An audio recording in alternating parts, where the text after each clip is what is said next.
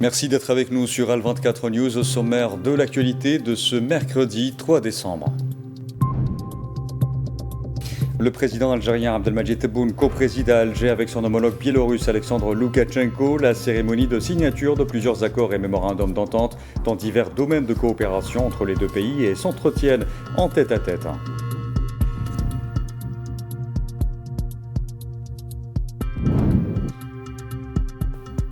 L'entité sioniste poursuit ses violations du cessez-le-feu dans la bande de Gaza 54 jours après son entrée en vigueur, avec le transfert des corps de 5 martyrs et 13 blessés vers les hôpitaux au cours des dernières 48 heures.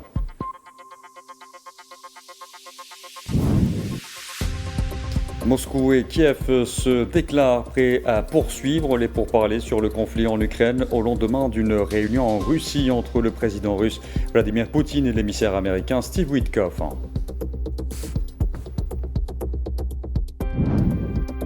Et sport football, l'équipe d'Algérie DA Prime entame à Doha la défense de son titre de champion arabe par un match nul face au Soudan, 0 partout.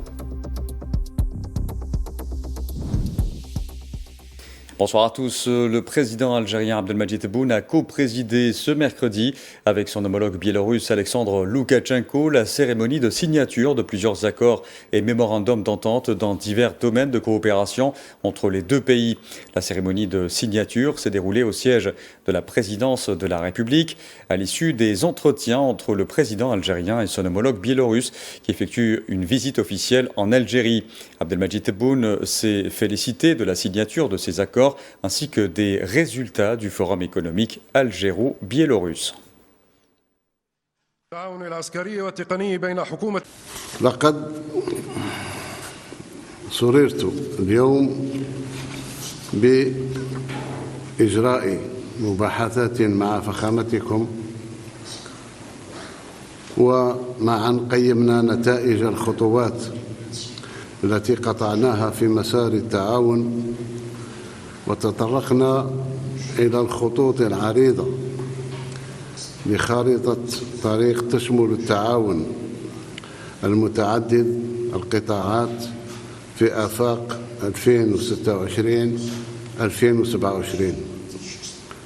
وبهذا الصدد اتفقنا على تشجيع الشراكة والاستثمار في قطاعات الفلاحة والصحة الحيوانية والصناعات الميكانيكية والصيدلانية والطاقة والبحث العلمي. وأود في هذه المناسبة السانحة أن أسجل بالغ الارتياح على إثر التوقيع على اتفاقيات التعاون التي تضع الشراكة بين بلدينا على طريق واعد في إطار مؤسساتي مستدام. كما أعرب عن ارتياحنا كذلك لنتائج ملتقى رجال الأعمال المحفزة على تكثيف التبادل التجاري. وهنا أشير أن التبادل التجاري لا زال ضعيف جدا حيث لا يتجاوز 36 مليون دولار أمريكي. إذن وتثمين فرص الاستثمار المتاحة في البلدين. Lors de cette déclaration conjointe à la presse avec son homologue biélorusse, le président algérien a aussi évoqué nombre de questions internationales, soulignant notamment que la paix au Moyen-Orient passait nécessairement par une solution juste à la cause palestinienne. استعرضنا خلال المباحثات قضايا دولية وإقليمية وتبادلنا بشأنها وجهات النظر. فبالنسبة لقضية فلسطينية ذكرنا بأنه لا سلم في الشرق الأوسط إلا بحل عادل يعيد للشعب الفلسطيني حقوقه على أساس الشرعية الدولية وبإقامة الدولة الفلسطينية المستقلة وعاصمتها القدس. Concernant la question du Sahara occidental, Abdelmadjid Tebboune a réaffirmé la nécessité de parvenir à une solution politique juste, conformément à la légalité internationale. وبشأن الصحراء الغربية جددنا كذلك تأكيد على الحل السياسي العادل وفق الشرعية الدولية بما يمكن الشعب الصحراوي من ممارسة حقه غير القابل للتصرف في تقرير مصيره وعلى دعم المبعوث الشخصي للأمين العام للأمم المتحدة. S'agissant cette fois de la situation en Libye, le président algérien a réitéré l'attachement de l'Algérie à une solution pacifique fondée sur le dialogue et le consensus entre Libyens. وبخصوص الوضع في ليبيا جددنا التأكيد على ضرورة الحل السلمي عبر التوافق والحوار بين الليبيين بعضهم بعض والانتخابات ورفض التدخل الأجنبي.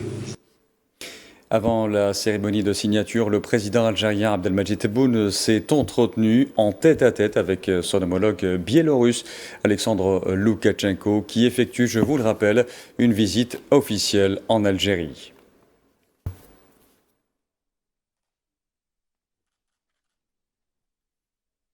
Auparavant, le président algérien Abdelmadjid Tebboune a accueilli au siège de la présidence de la République son homologue biélorusse Alexandre Loukachenko.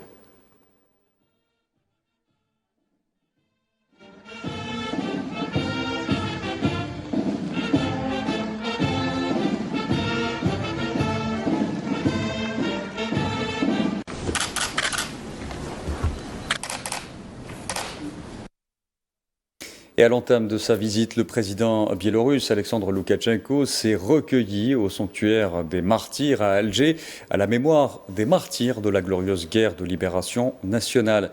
Le président biélorusse a déposé une gerbe de fleurs devant la stèle commémorative et observé une minute de silence à la mémoire des chouhadas de la glorieuse révolution du 1er novembre 1954.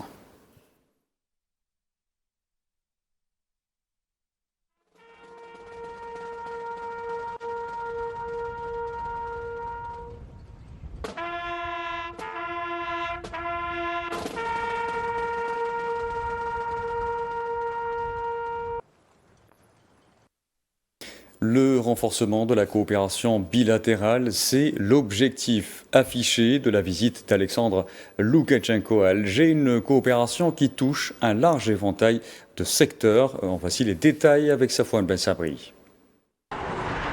Alger et Minsk misent sur le renforcement de leurs relations. C'est l'objectif de la visite présidentielle effectuée par Alexander Loukachenko en Algérie. C'est la première visite d'un président biélorusse dans le pays, à un moment où les deux nations souhaitent poursuivre le renforcement de leurs relations bilatérales, et ce, au plus haut niveau. Le ministre des Affaires étrangères biélorusse s'est rendu à Alger à la veille de la visite présidentielle, et ce pour passer en revue l'état actuel des relations ainsi que leur potentiel de développement. Dans ce sillage, le Forum économique algéro-biélorusse a permis de renforcer les perspectives de coopération commerciale et d'investissement dans les deux sens. Plusieurs secteurs sont concernés par cette coopération. Un accord a été signé entre les deux exécutifs dans les domaines de la recherche scientifique, du développement technologique et de l'innovation, ainsi qu'un mémorandum d'entente dans le domaine de l'enseignement supérieur. Un accord a été signé dans le domaine de la santé animale, en plus d'un mémorandum d'entente entre les ministres de l'Agriculture des deux pays. Le même format de coopération a été établi entre le ministère de l'économie et des startups algériens et le ministère de l'économie biélorusse. La partie biélorusse a insisté sur l'importance du transfert de technologies pouvant bénéficier aux entreprises biélorusses. La visite d'Alexander Loukachenko a permis d'établir des fondements pour une coopération renforcée, tournée vers l'avenir. Voilà donc pour l'essentiel de ce dossier consacré à la visite officielle qu'effectue le président biélorusse à Alger, Alexandre Loukachenko. Je vous le disais en titre, l'entité sioniste poursuit ses violations du cessez-le-feu dans la bande de Gaza 54 jours après son entrée en vigueur. Selon les autorités sanitaires palestiniennes, les corps de 5 martyrs ainsi que 13 blessés ont été transférés vers les hôpitaux de Gaza au cours des dernières 48 heures. Depuis l'entrée en vigueur du cessez-le-feu le 11 octobre, pas moins de 360 Palestiniens sont tombés en martyrs et 922 autres ont été blessés, tandis que les corps de 617 martyrs ont été récupérés. Et depuis le début de ce génocide, le 7 octobre 2023, le bilan des victimes s'est alourdi à 70 117 martyrs et 170 999 blessés, en majorité des femmes et des enfants.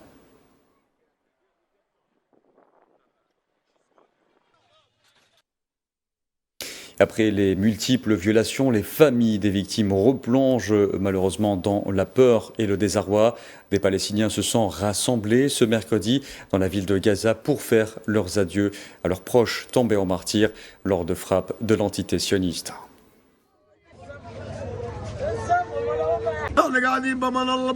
Nous étions assis en sécurité et un obus a frappé à l'étage. Nous sommes montés voir les enfants. Ils ont frappé le deuxième. Je me suis blessé à la tête et je suis tombé sur la tête. Je n'ai rien vu après ça. Nous exigeons que les organisations aux droits de l'homme et la communauté internationale nous regardent avec clémence. Ce sont des innocents qui n'ont rien à voir avec quelconque faction ou organisation.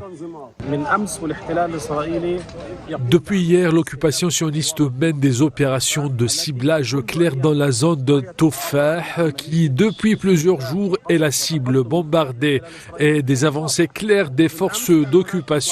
Hier, des obus d'artillerie ont été tirés sur des maisons situées à des centaines de mètres de la ligne jaune dans la zone de Tofah. Se soigner à Gaza, un luxe pour nombre de patients. Les bombardements et le blocus ont drastiquement réduit les capacités d'accueil et de prise en charge des hôpitaux. Médecins sans frontières a lancé un appel à de nombreux pays en vue d'accueillir des dizaines de milliers de Gazaouis nécessitant une évacuation sanitaire d'urgence. MSF estime que plus de 16 500 patients, dont des enfants atteints de maladies graves comme le cancer, ont toujours besoin d'être soignés hors de la bande de Gaza.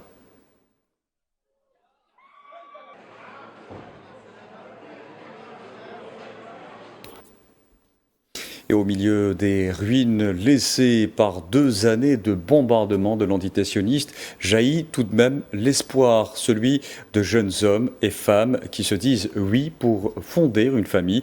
À Gaza, malgré les difficultés, pas question de faire abstraction des traditions. Naïla et Hamouda.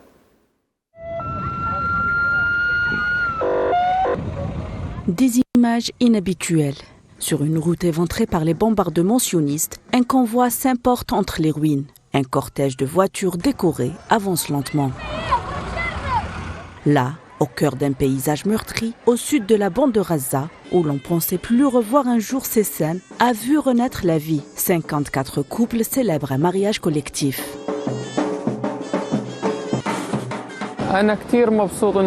Je suis tellement heureux que notre mariage soit finalement pour demain. Merci à ceux qui ont permis cela.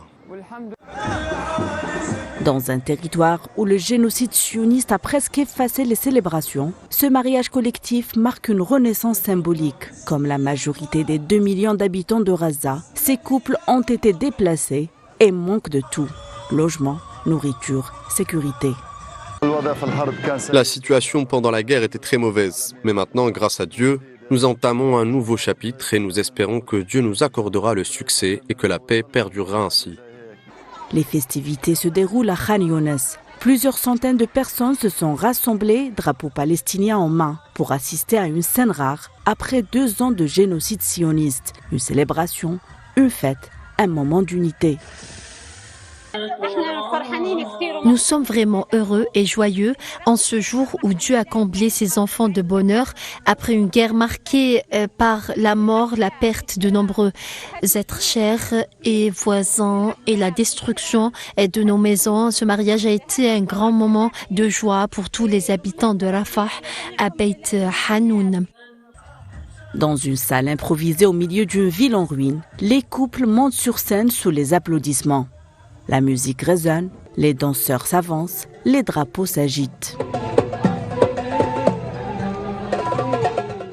Mais derrière les sourires, la douleur est encore trop présente. Cette mariée pleure l'absence de ses proches, assassinés pendant le génocide sioniste. Ma joie est très incomplète. Ma famille n'est pas là. J'aurais tellement voulu qu'ils soient avec moi. Dans un paysage dévasté, ces couples offrent à Raza un instant de lumière. Une danse, une alliance, une promesse. Commencer une nouvelle vie, même au milieu des ruines. Parfois ici, l'espoir défile en cortège.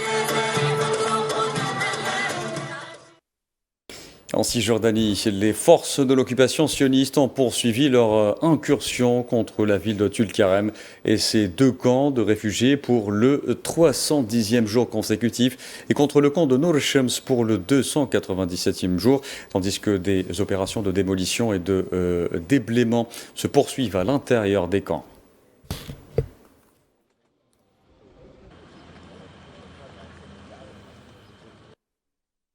L'ONU a exprimé sa préoccupation face aux violations persistantes, cette fois de l'entité sioniste, de l'accord de désengagement de 1974, notamment les violations du cessez-le-feu en Syrie et face à la présence de l'entité sioniste dans la zone tampon en violation de l'intégrité territoriale et de la souveraineté de ce pays.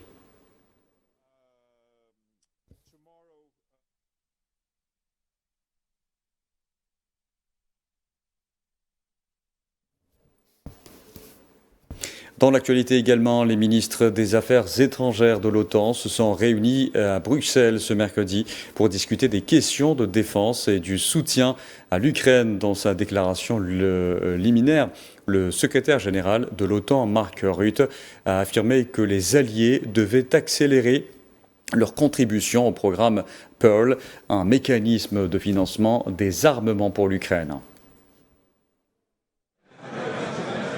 L'Ukraine a plus que jamais besoin de notre soutien. Nous voulons tous que le bain de sang cesse et je salue vivement les efforts continus du président Donald Trump pour mettre fin à cette guerre. Parallèlement, nous devons accélérer notre contribution au PURL afin de fournir d'urgence à l'Ukraine l'équipement dont elle a besoin pour qu'elle puisse se défendre aujourd'hui et prévenir toute agression future. Et je vous le disais en titre, Moscou et Kiev se sont déclarés ce mercredi prêts à poursuivre les pourparlers sur le conflit en Ukraine au lendemain d'une réunion en Russie entre le président russe Vladimir Poutine et l'émissaire américain Steve Witkoff qui n'a débouché sur aucune percée majeure. Or, plusieurs réactions signalent déjà des signaux encourageants. Imen Merad. À Moscou, l'image a fait le tour du monde. Steve Witkoff, homme d'affaires proche de Washington, reçu par Vladimir Poutine pour évoquer les contours possibles d'une désescalade. Une rencontre jugée inhabituelle, mais potentiellement décisive selon plusieurs diplomaties occidentales.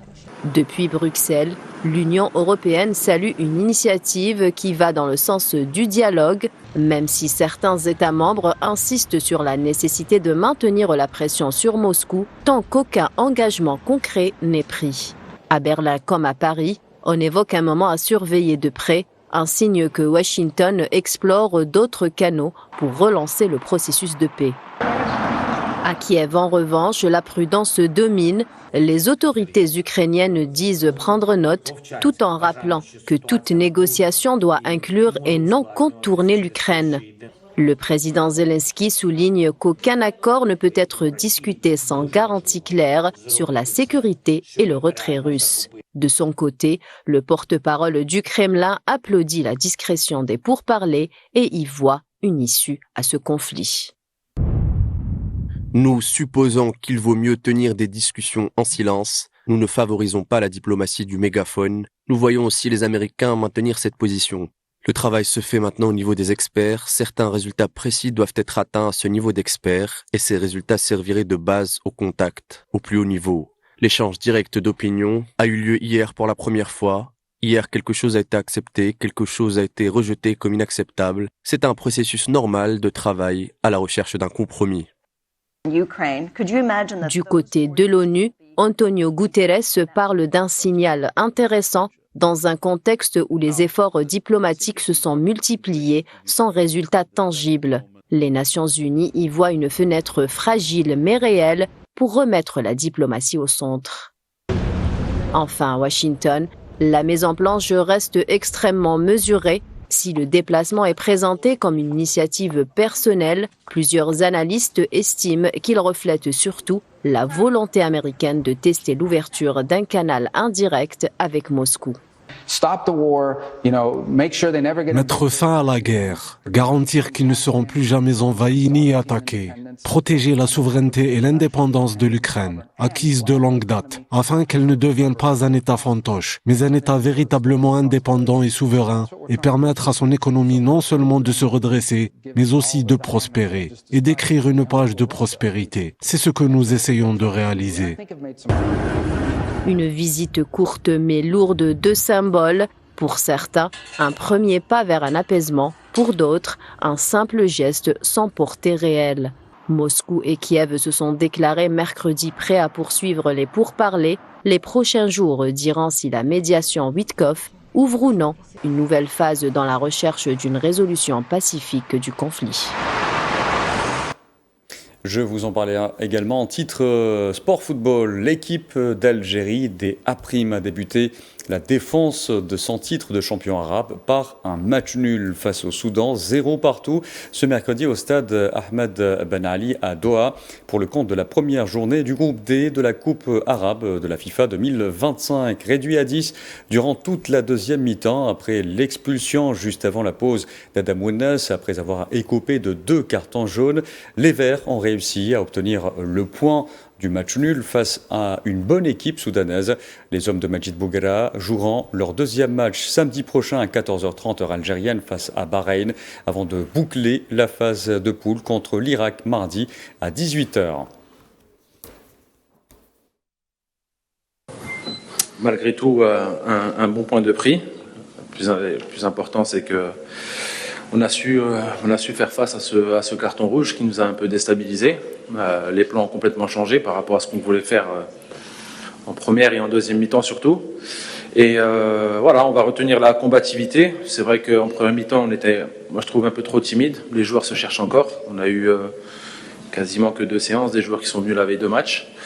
Mais voilà, on a eu des situations où il faut tuer le match. Parce que dans le football, quand tu as une situation, tu marques, le match change. Mais en tout cas, voilà, on reste positif. Je remercie les joueurs par rapport à leur état d'esprit, surtout après le carton rouge. Et puis, on continue sur le prochain match. Là. Et pour évoquer la prestation des Verts, nous avons en direct avec nous l'ancien international algérien Karim Matmour. Bonsoir. Bonsoir. À Karim Matmour, que retenir de cette entrée en matière de l'Algérie en Coupe arabe, malgré, il faut le signaler, encore une fois, une mi-temps entière à 10? Alors, ce qu'on va retenir dans un premier temps, c'est le carton rouge. C'est le fait de match qui est un peu déterminant dans ce match-là, tout simplement. C'est vrai que l'équipe nationale aussi avait eu des occasions en première mi-temps et que si elle avait marqué, ça aurait aussi changé la donne. Mais c'est-à-dire qu'à 0-0, quand il y a ce carton rouge qui est donné juste avant la mi-temps, en deuxième mi-temps, on est content quand même de sortir avec un point. Autre question, Karim Matmour, que retenir de cette... il reste, on le sait, 2 matchs dans la phase de poule. Les Verts seront confrontés à Bahreïn, puis à l'Irak, désormais leader du groupe D. Des ajustements peut-être à apporter par Majid Bouguera?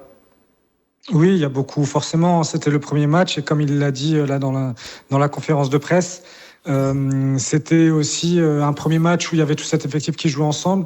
Donc il faut vite régler tout ça parce que le prochain match est déterminant. L'Irak, le dernier match, fait partie des bonnes équipes de ce groupe-là. Donc faut surtout pas arriver à un match où tout se jouera le dernier face à l'Irak. Donc le prochain match, la victoire est quasiment obligatoire. On parle d'ajustement. Que pourrait faire dans l'immédiat Majid Bouguerra pour essayer d'un petit peu d'aérer cette équipe ? En fait, c'est surtout au niveau de trouver le bon équilibre, parce qu'il y a eu un jeu en première mi-temps qui a été assez direct.